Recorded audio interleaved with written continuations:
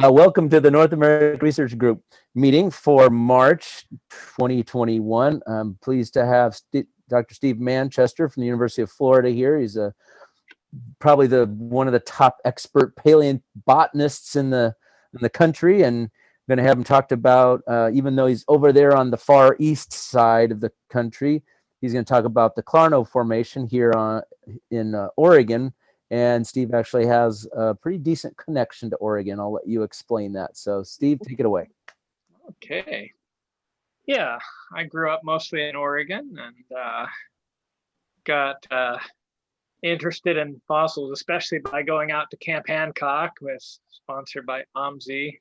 Spent a number of summers out there collecting fossils, and then went on to Oregon State University by then I was interested in paleobotany, so I majored in botany and geology, and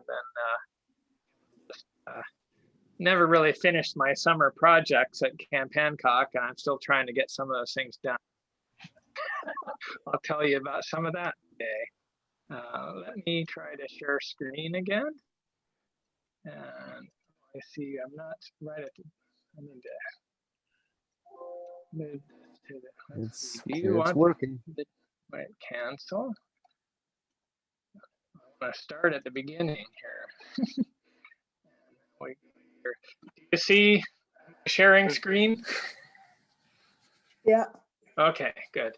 Yeah, I will talk mostly about the fossils that were recovered from the Clarno nut beds in the Eocene of Oregon, but I made the title a bit more general because I wanted to start off with some Miocene stuff that I thought would be fun.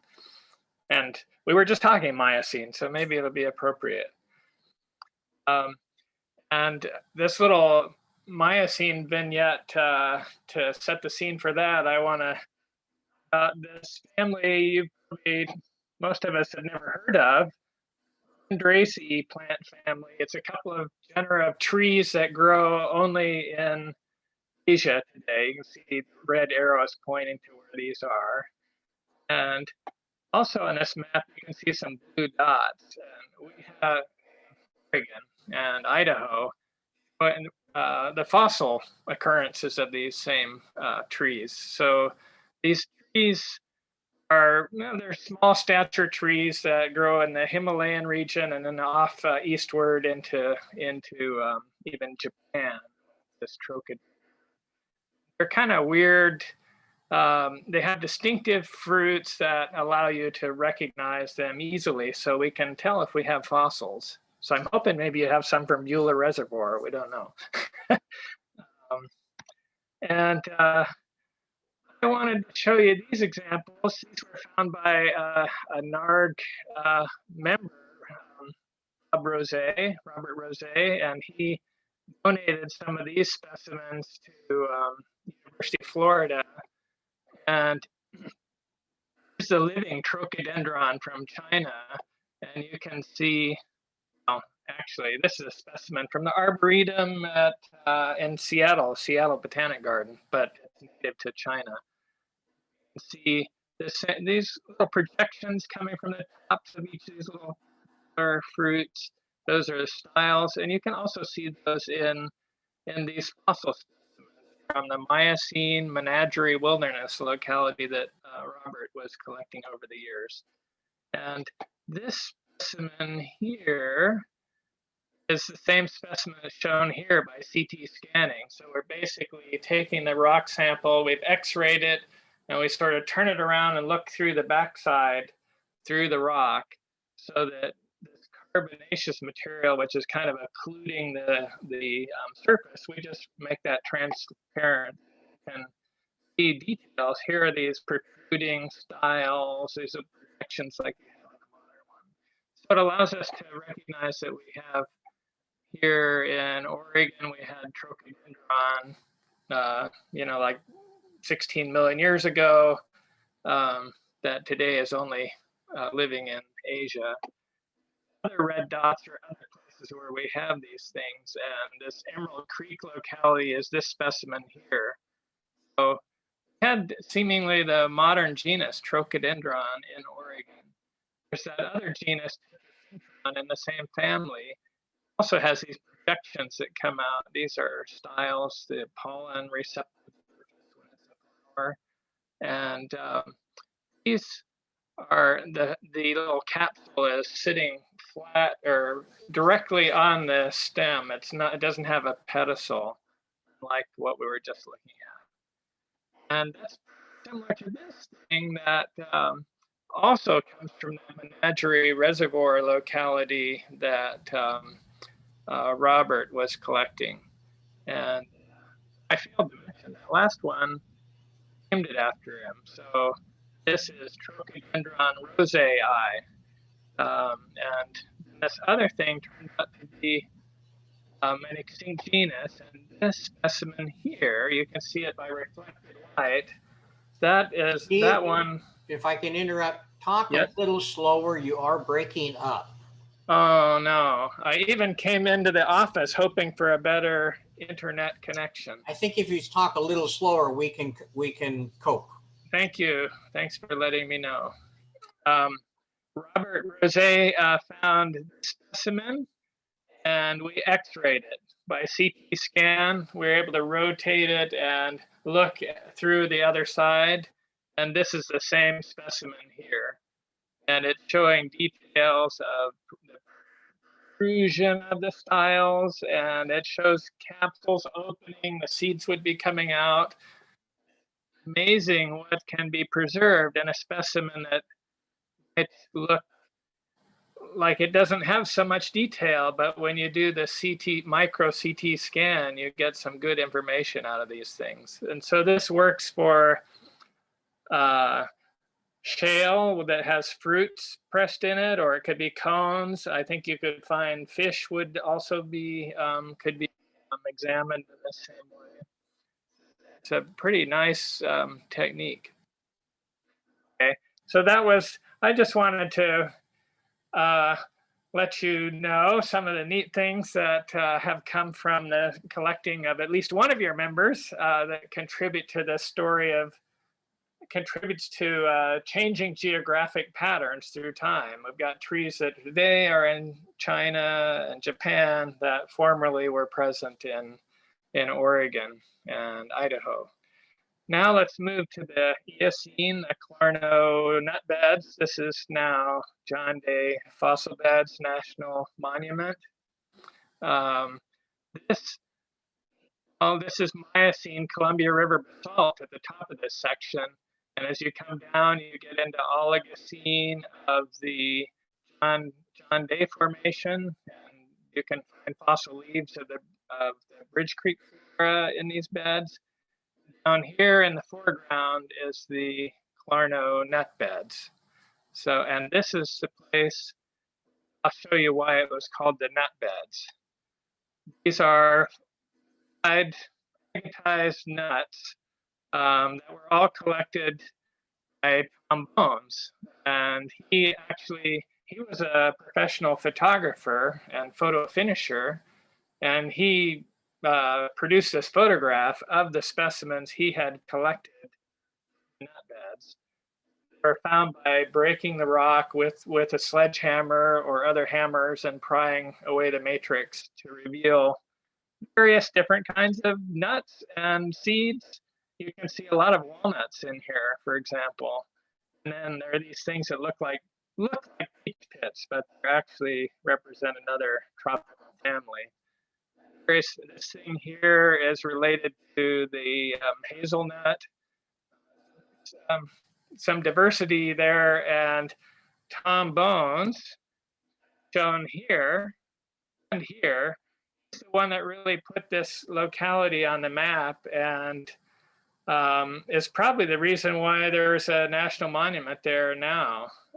He lived in Vancouver, Washington, and whenever he had a weekend or spare time, he would immediately hop in his Model T and drive over to the Clarno beds. It was dirt road back then, and he would collect there. Just kept going at it. And over 30 years, he kept collecting more and more material. So this was his basement museum, and there's his nut bowl and various different fruit fruits and seeds, all petrified, various different sizes, things from like 3 inches down to less than a 1/16 of an inch, or less than a millimeter, you could say.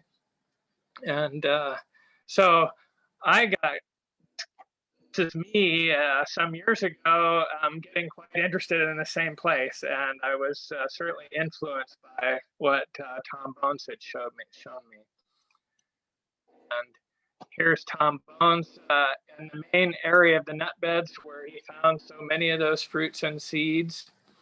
And I started getting interested in the other plant parts that could be found along with the fruits and seeds. So I had a team of high school students from OMSI that would come out each summer for 5 to 8 weeks, and we would be collecting in the nut beds and collecting fossil seeds and wood and leaves.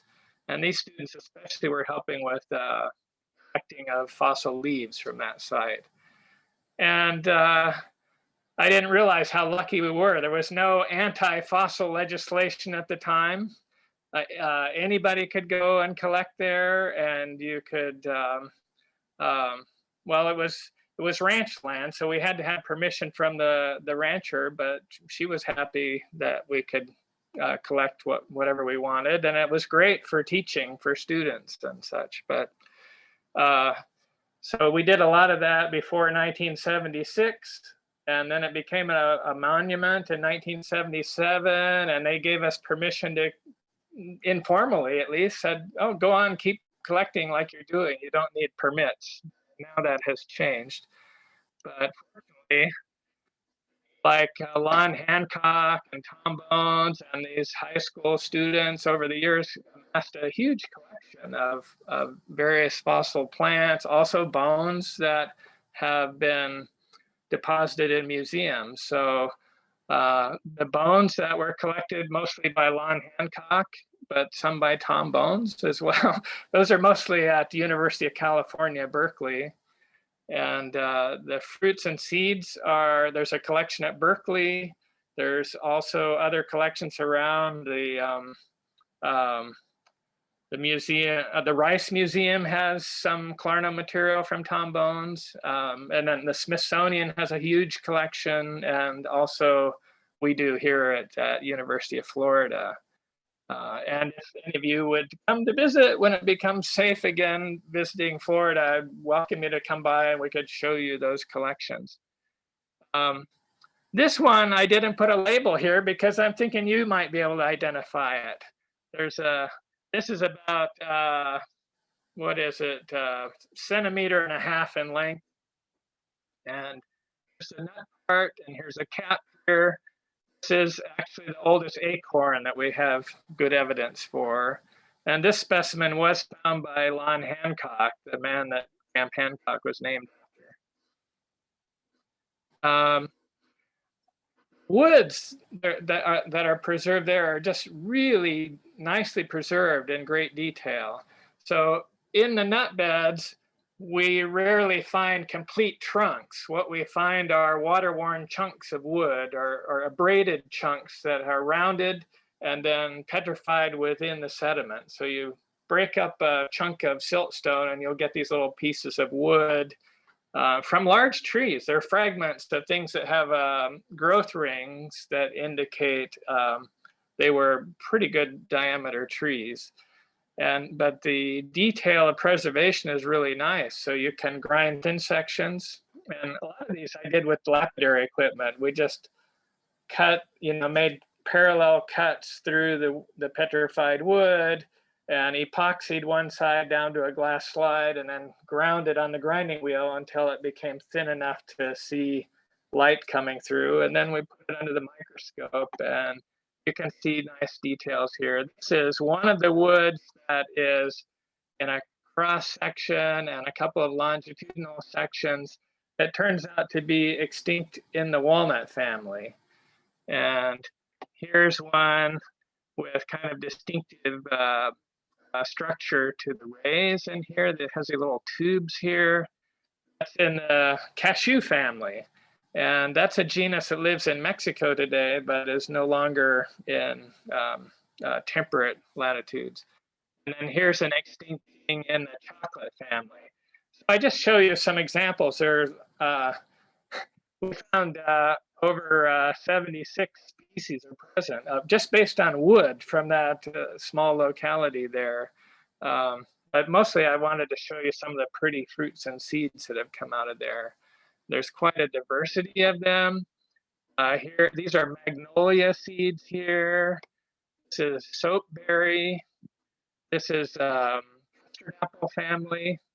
And these are photographs from Tom Bones. So he collected these and he made color slides, and I've digitized some of his slides. Some of these, Tom did not have a scanning electron microscope in his basement. So if you see SEM, that's something I did later, but it's largely with his specimens.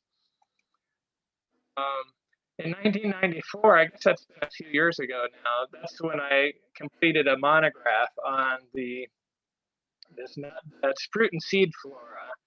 And these are some sample plates just to show how it was presented.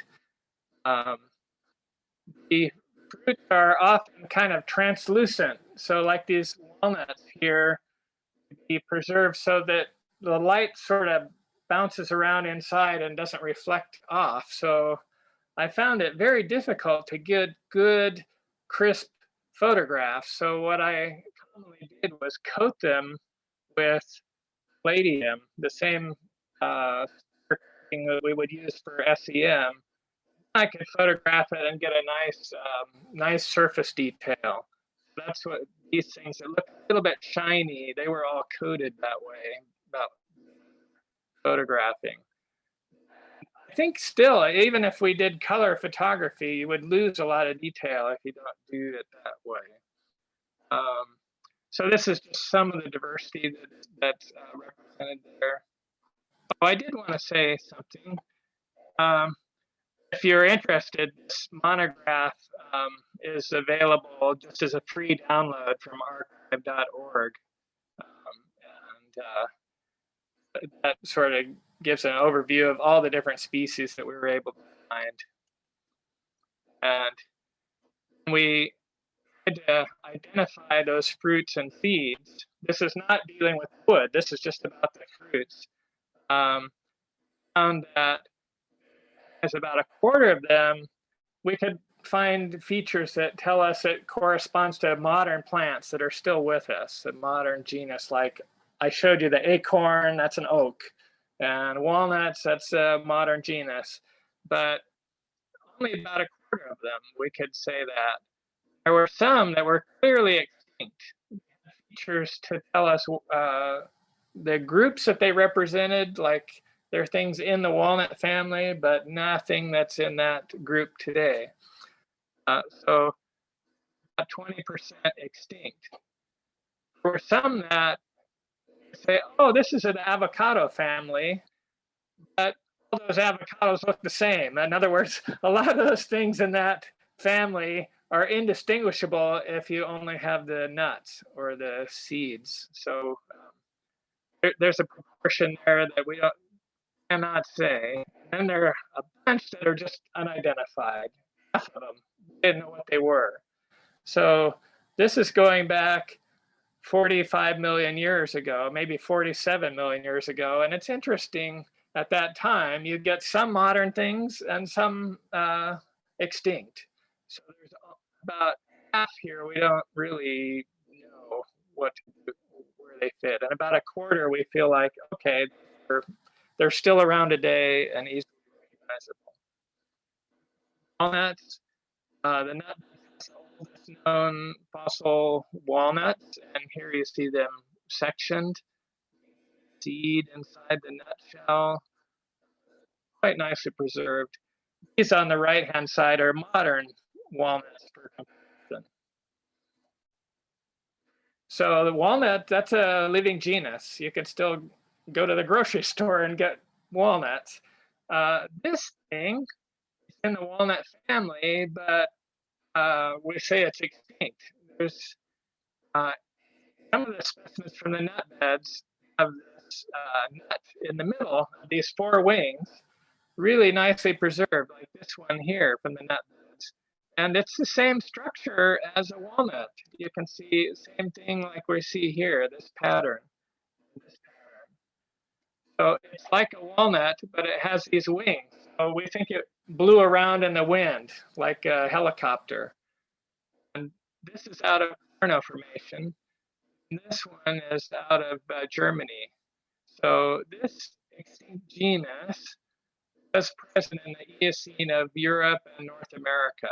Somehow it managed to cross between those continents, but it's now extinct. We don't have any of those living today. There's also some stories about climate that come out of these fruits and seeds and the other fossils. This is a palm, and I think when you were driving over to Beulah Reservoir, you probably didn't see any palm trees growing there. It's just not the right climate these days. These are palm seeds. So in the Eocene, we had nice examples of this genus sabal, which grows in Florida today. So I've sort of come full circle by moving out here. Also, we have these seeds here in the lower right panel. Those are all from the nut beds, and they are banana seeds. There are the, so this is the seed as it was found, and then we sectioned it. We put a very thin diamond blade through it, and we got this to show the internal structure. Here's a modern banana seed of the genus Enceti. It's one of the seeded, one of the fruits with seeds in it, not the kind we eat. And it's the same structure that you see here. And this we found over by Mitchell. It's also in the Clarno Formation in the shales. And this is a banana, the fruit of the banana, but it's small. Here's a 1 centimeter scale. So the specimen is about this long, but it clearly represents the banana family. And so you might have seen the old Oregon Geology article we published. Its title was, "Yes, we had bananas." So we had tropical things there. I mean, bananas just aren't going to do well in the modern climate of Oregon with its winter frost.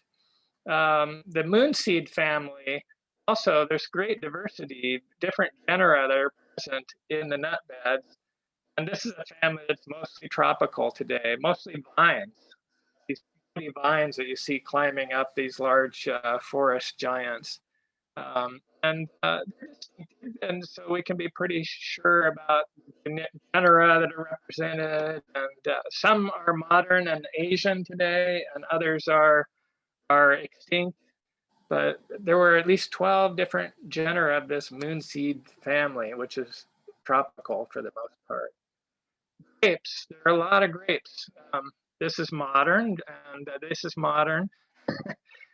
This is modern for comparison. You see the grape seed has these two slits on one side and a circular bump on the back side, and you can get the same thing that occurs in these fossils. So there are like, there are 8 different species present in the nut beds of different relatives of the grape family. Coffee family too. We have Rubiaceae represented, and when we section through a fruit like this, we see the two parts of the coffee bean, seeds inside actually. This is a family. I said, oh, these look like pits. They actually are a family that is today growing only in Asia and Africa, and well represented in the fossil record in Western North America. This is the biggest one that's known in the fossil record. It's the size of the palm of your hand. They really get to be quite large.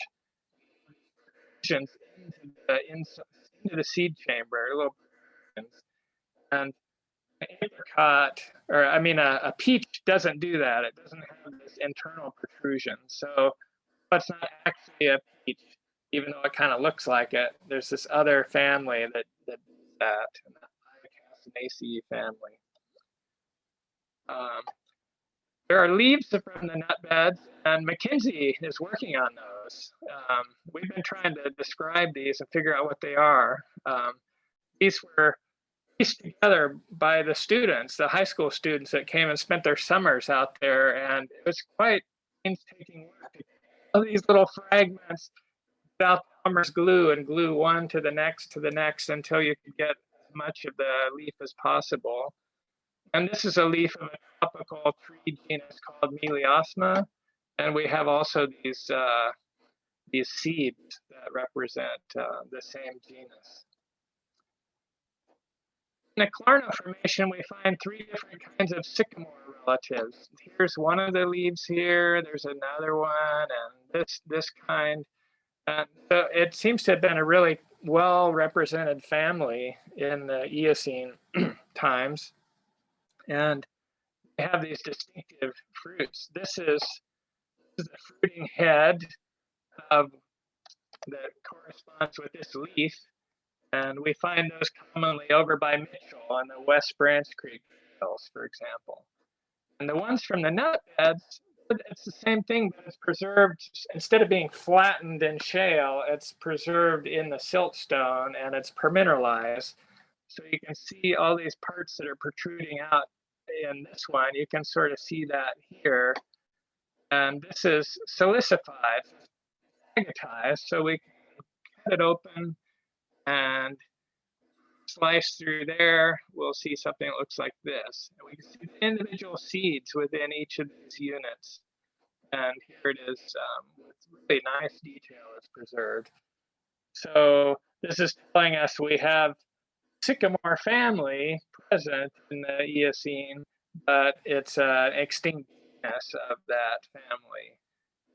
Here are the seeds inside the this floral unit of that head. That was a seed head, and then these are the pollen heads of the same plant. So sycamores today make these balls that hang down from the branches, the seed balls and pollen-containing balls, and we have those preserved here too in the nut beds. So off a bit, thinking about what's this telling us? What kind of environment was this? We were seeing palm trees and we're seeing oak trees and walnuts, kind of a mixture of plants that some are familiar and some are not. Well, why is it going on there? Well, the Eocene was the warmest interval of the Tertiary, the last 65 billion years, and we get look at the leaves. McKinsey can tell you more about this. The leaves have a high proportion of large size and smooth margins. They look like trees of tropical, at least subtropical forest. Abundance of vines. If you come to Florida now and look around, you see a lot of grapevines and things growing around. If you go more into Panama, there's a dominance of vines around, woody vines. You don't see that so much in temperate areas. So we think all these vines are a clue to the environment being warmer and less with warmer winters and more precipitation.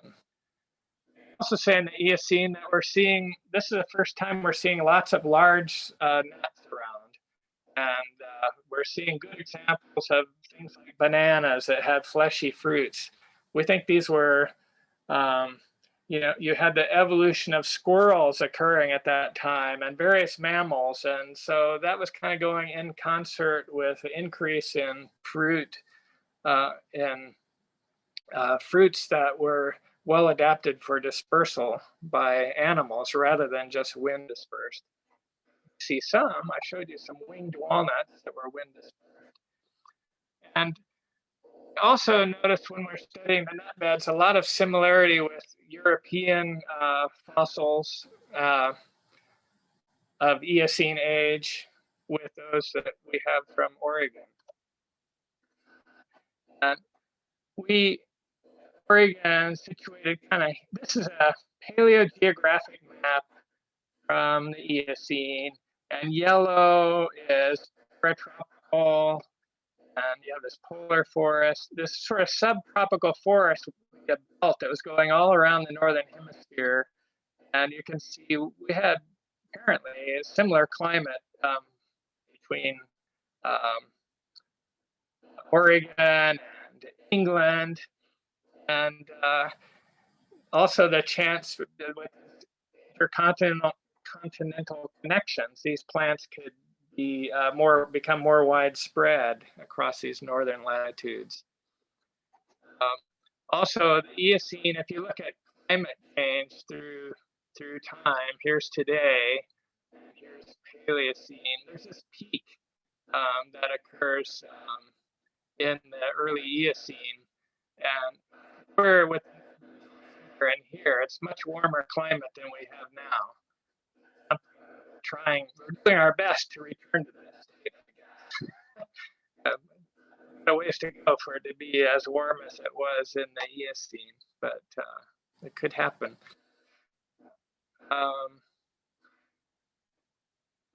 Yeah, the similarity between the European fossils and the Oregon fossils of the Eocene age suggests that they were connecting across Greenland, across the North Atlantic land bridge.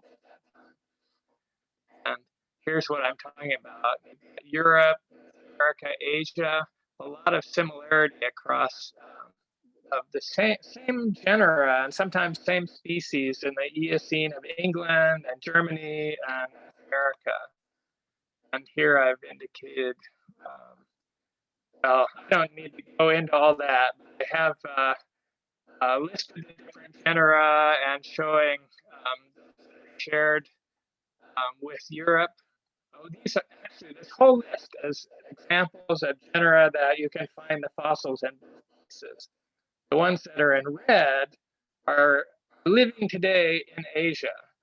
There's a lot of them that are extinct in Europe today, they're extinct in North America, but they still survive today in Asia. We don't have fossils of the age in Asia. This is an example. This specimen is from London clay, Eocene of England, and then all of these specimens are the same thing that are from the nut beds, Clarno Formation. This is another one. It's an extinct thing in the dogwood family with these E-shaped seed chambers. It's from London clay, Eocene, and then here it is from the Clarno collected bones. Another one, this is related to something that grows in Panama today. These are all from England, Eocene, and these are all from the nut beds. And this too seems to be the same thing that was shared across the North Atlantic. That's another example there. I don't need to, let's see. This one's from England, this one's from Germany. These are from the nut beds. And this is from China today. So the point is this same fruit type and seed type is indicating that we basically, this Chinese thing is the same as what we had in Oregon. The relative that lives in Cuba today, larger, smoother seed. So it seems that the one we have from Oregon here is more similar to this guy that lives in China today. So about things that were crossing between Europe and North America by this land bridge across Greenland at that time. There was also the possibility for things to pass across Alaska and into Asia. We don't have as many Eocene fossils in Asia that are shared with those of North America. When we had the student team working with us in the summers in the 1970s and 80s, we were in the nut beds, the lower part of the cliff where these fossil leaves could be obtained. And you see some students here. We were working all along the layer that was fine-grained siltstone, and so we were piecing together the fragments of these leaves as we would pull them out. And we found that since it got so hot in the afternoon, the best thing to do was get up early in the morning and be out there at the outcrop about 5:30, and then quit about 1 o'clock and just go swimming in the John Day River. This was the usual thing, watching the sunrise as we were getting our work started for the day. And that work then yielded these kind of specimens, all from the nut beds. And they all look kind of ugly because they're cracked into a lot of pieces. Have good detailed venation observed. And that's allowing Mackenzie, who's working on this as part of his dissertation work, allowing him to identify what some of these leaves are, what their modern relatives are, and also make an assessment of the paleoclimate based on the leaf form. Some others, this one here is huge. It's over 1 foot in length.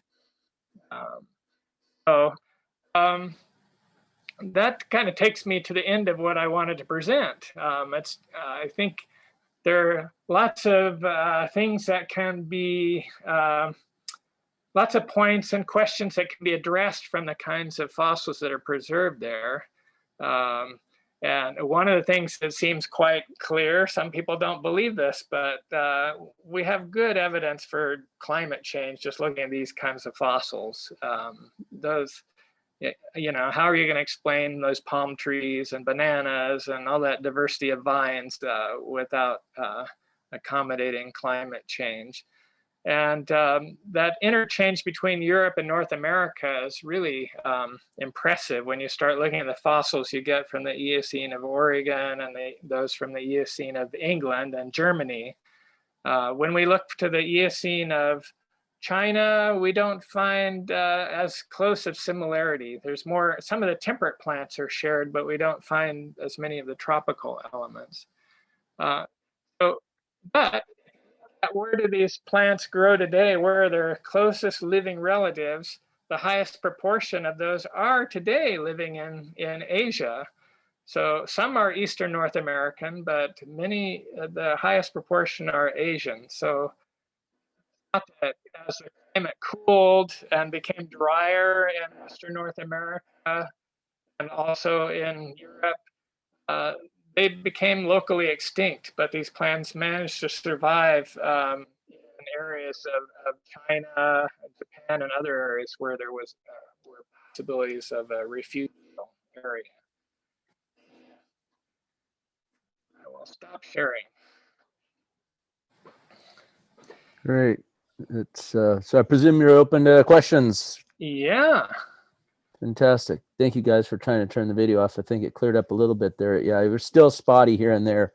Sorry but I think about that. we got most of it. We could fill in the blanks, and it'll be a good exercise to look up a few of those words and families. So questions for Steve, everyone. Getting sinking low in my.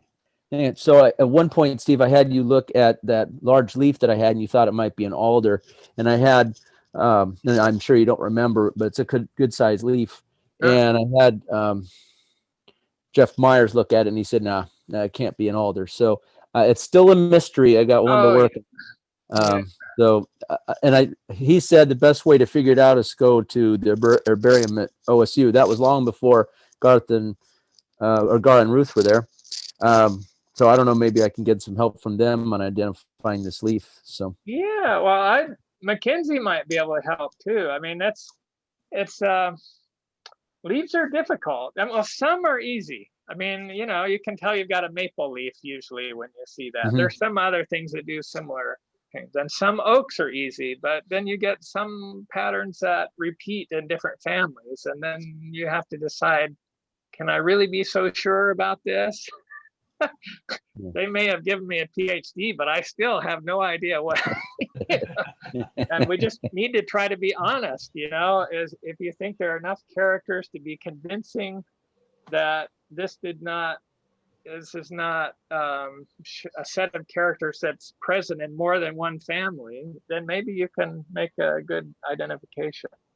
Now, I tend to gravitate towards those fossil flowers and fruits or nuts because I think sometimes they give you more characters to really nail down the identification. But then the leaves sometimes the leaves are better. I mean, with the sycamores, a leaf is all you need, and you know you're in that family, and you could probably say which genus. But the worst thing are these leaves that are, this shape, would have veins coming out like this, just kind of looping with no teeth, just smooth on the margin.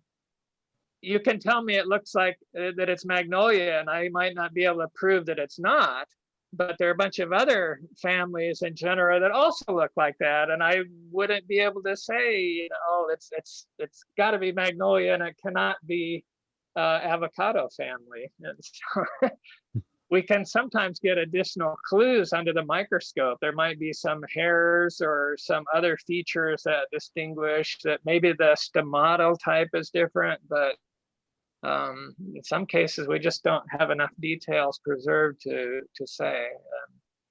That can happen with woods too. Some woods are easy, like oak wood is very easy to identify, but you can get some other things like dogwoods that are pretty tough to identify.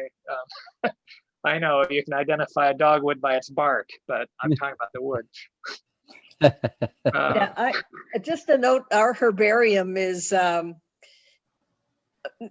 think it's unpacked, I'm not sure. We moved because they're remodeling our building. And so like everything got put in boxes and moved out to somewhere really south of town.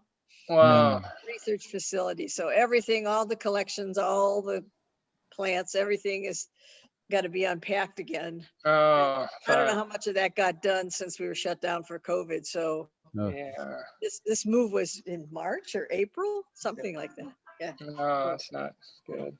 We just learned that our museum, we finally have gotten funding for the building that I'm in. We're going to, right now, the fire marshal, even before COVID, the fire marshal had us not letting most the public in because of the fire danger, because of alcohol stored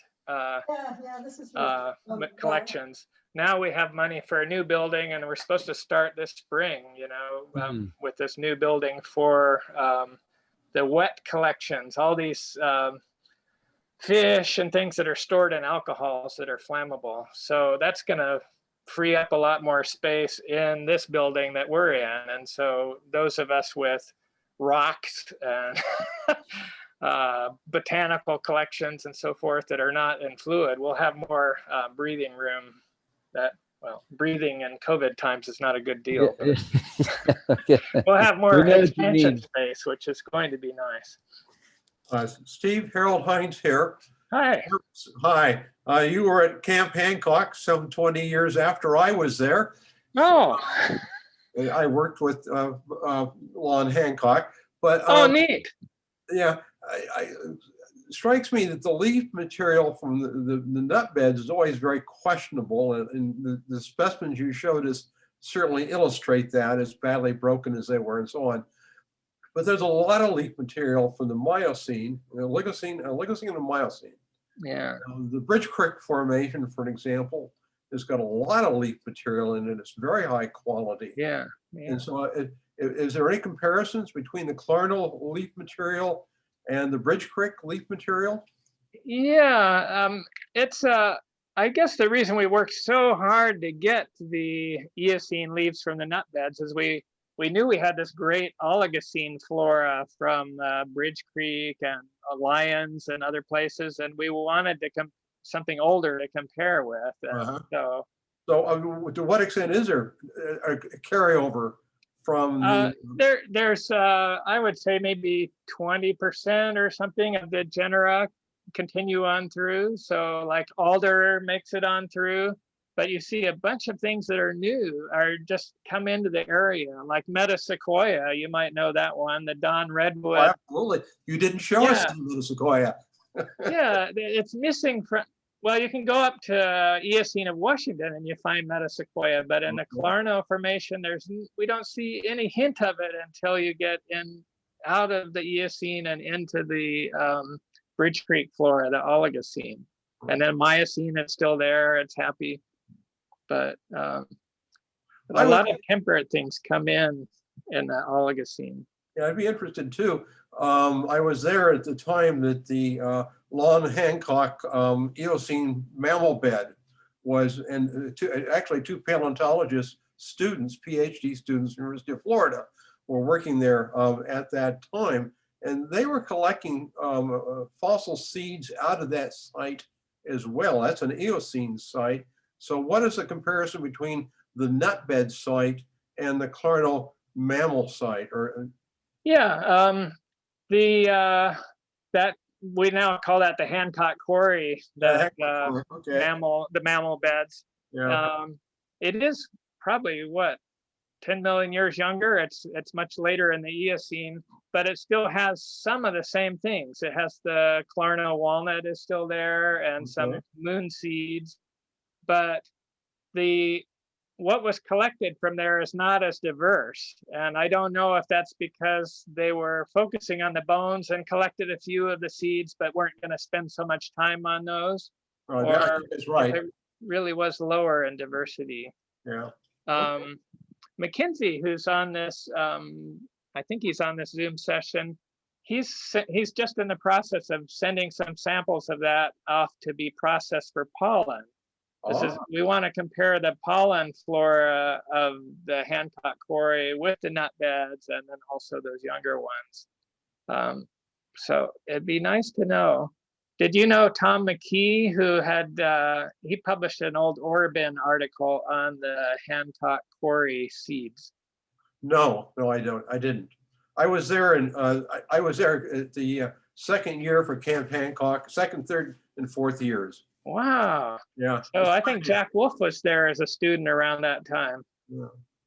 Yeah. Oh, that's neat. How do you manage to look so young then? Or why do I look so old? I'm 80, so. Oh, wow. And I didn't learn your last name. You're only labeled as Harold Hines, Hinds. Oh, okay, thank you. And in fact, a good bit of my material that was collected out of the Bridge Creek flora is at the Condon Museum down at University of Oregon. Oh, no, that's really great. Thanks for doing that. You might have known the Barrs, Don and Dorothy Barr. I don't think so. Oh, no, okay, maybe they came along. Well, they were in the Portland area mainly, so.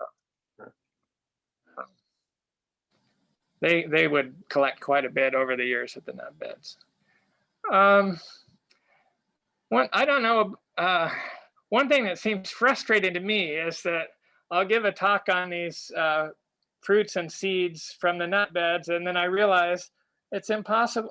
They won't let you go there and collect anymore. It's really annoying because there's quite a resource there, and it's just going to waste.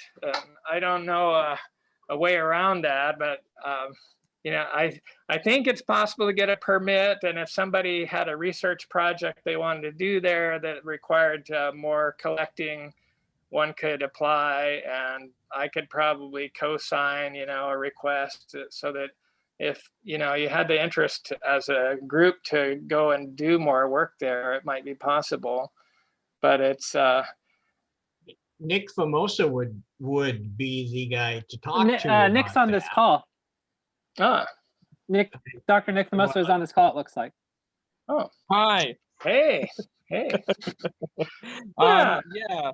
Yeah. So I feel like when you've got people that would be interested to collect and they would be contributing rare specimens to science, it'd be so nice if we could, promote that sort of activity. But right, yeah, so I'm the person that handles the research permits for the park. So I mean, it's entirely possible to do that. Repository would probably need to be, John Day fossil beds or whatever, just given like museum rules and all that other fun stuff. But yeah, I mean, it's entirely possible to have something like that happen. The BLM land is obviously a different deal. Yeah. Like that's BLM Prineville is changing a lot of their rules about, where you can collect, like the way they normally would through these ACECs that they've got set up around in various places. But, like the slanting leaf beds, that's still, it's a mix between BLM and private land up there. So that's the BLM part super easy, right? As long as you get the mowers permission to go through the land, and the mowers, if you're talking to them, they'll probably be super okay with that too. But yeah, I mean, as far as all that goes, I mean, it's definitely possible to do. And it really depends on, who's in my position at that particular time and whatnot. And, like, obviously I have a relationship with, this group. And so it's not a, I know what you do and I know who you are. So it's not as big of a deal. That's nice to hear. But, who knows, who's going to come in after me, and they may not know anything about y'all. Like, I don't know. I mean, I feel like we're in danger of losing the next generation of paleontologists, because people get interested as children, and if they spend their whole life in front of a computer screen and never get out to actually collect fossils, they're not going to find it interesting. Yeah, for sure. But maybe that's because it's not interesting and I just got misguided early on. I don't know. Yoo-hoo, hello. Hey. Go ahead, Fred. I'm sorry. Are you hearing me? Yes, go ahead, Fred. Well, my picture isn't there. My nothing is there. I was in the nut beds at Camp Hancock from 54, 55, and 56. Wow. So I helped open Hancock's bone bed. Wow. I have quite a collection of nuts and seeds. And, neat. so I'm one of the early ones as well. Oh, wow. So how long was a camp session when you were there? Was it like 1 week or? It was 2 weeks for the first 2 years. And then I was a leader in the last year. So I was there for 4 weeks. Oh, neat. So was there like the daily ritual of going down to the John Day River for a swim and all that? Oh, yes. Oh, yes. Joseph Shirk was the leader in the first year from Oregon Museum of Science and Industry. Wow. And we had a barrel on the back of a truck, and we all piled into a truck and went down to the river every afternoon. We had no water in camp. Was that a flatbed truck, or did it actually have sides on it? It had sides. Okay. That's where we traveled. Yeah. Hancock's wife was our cook. And of course, Lon Hancock took us out everywhere. What a wonderful speaker he was. Yeah. He appeared at one time at the campfire as John Day. Oh, and wow. portrayed John Day, and he arrived in rags and bags and gave a wonderful speech of the whole history of that. The Sunday service up on the red beds was also a historical. He became the wise old owl and told the whole history of the sites and everything. And he'd say, and that over there was a volcano and it was doing what, blah, blah, blah. And then this was, and point these things out from this on high up there. It was amazing. And he was a poet, right? I think he wrote some lyrics. I don't remember that, but I do remember his stories. And I remember his leadership, and we went all over everywhere. So I never got to meet Lon Hancock, but I did hear the Oregon Agate Mineral Society in their library used to have some audio tapes that they had recorded of him giving presentations. I hope maybe they have rescued those. I don't know, but it'd be nice to hear that again. Fred, Can interrupt, Fred? What's your last name? I didn't catch it. Cole, C-O-L-E. oh, Fred, we must have been at Hancock at the same time. It must have been. 'Cause I was there the second year, and we put the well in the second year and put the Yeah, we were there. Remember that there was something in the well? Oh yes, Couldn't drink it. that's right. Say And so. some of us were nasty and would go down the river, down toward the river to the springs and get water. So did you And know that was an oil well. They had drilled for oil That's and they across the failed road. to get oil. And these guys figured out, oh, there should be water down that hole. Let's just pump it up and start drinking it. Well, a little different location. Oh, So Fred, you must have known Doug Burns then, and Lloyd Ruff, Oh, yes. and Arnold Shotwell. I worked with Shotwell in Oregon in 1959, 60, in his search for insectivores. So while you two gentlemen were digging that ditch, I was all of like maybe 9 years old, carrying a jar of ice water down the line of the diggers. And my dad was one of the folks digging, and every person on that line wanted that jar, but no one was going to get it until I got it to my dad. Anyway, but my mother actually remembers being with Lon and Barry Hancock in Oregon Agate doing in the 40s. She's wow. 87 years old now, and she was that age then while she was at Camp Hancock. Very, this would have been probably about 1942. Wow. And I actually lived in Lon and Barry's house out off about 84th and Southeast Clinton at one point in time. You should write some of this stuff down. That's pretty interesting. Well, my wife's even got one of Bones's actual handbooks with complete hand drawings of all the different seeds and flora that he collected, and it's signed. Yeah. It's like, but it was Al McGinnis that found that quarry that actually showed it to Lon Hancock. I don't think he ever got credit for it, but not that he even actually was one to take credit. But that's how the quarry came to be, was he found bones and showed it to Lon Hancock, and his name was Al McGinnis, and he's famous in his own Familiar right. name. Yeah, these folks are all gone now. Tom Bones liked to remind people that his wife, Lorene, found the first bone in the nut beds, which often was credited to Lon Hancock, but she found that. And then he collected a lot more stuff after she was successful. I'm actually the oldest grandson of Helen and Richard Rice. And so my grandparents were very close with the Hancocks. Yeah. Consequently, I found a walnut in the nut bed. I took it to second grade class show and tell.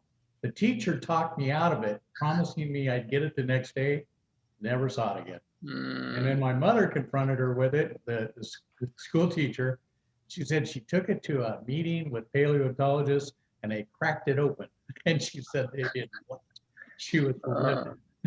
But anyway, I've got nothing to show, but it was definitely. So you're minus one. Should I send you a walnut? Are you minus one walnut? No. But anyway, that's my big story. Oh, neat. Yeah. That's great. Any other Clarno stories? One of them, I was there when Lon Hancock tried to blast rocks. Yeah. I was the one who carried the dynamite up, and he had the cap. And you terrorist, you. Yeah, well, I was what, 14? Anyway, we tried it because those of us that were digging at the base of this rock, and they were afraid that it might fall over. So they wanted to blast it. The dynamite didn't do anything. It was just a bang. I think they got better at it with some time, that they actually were moving a lot of rock with dynamite. And isn't that how they exposed the Hancock tree too in that side canyon?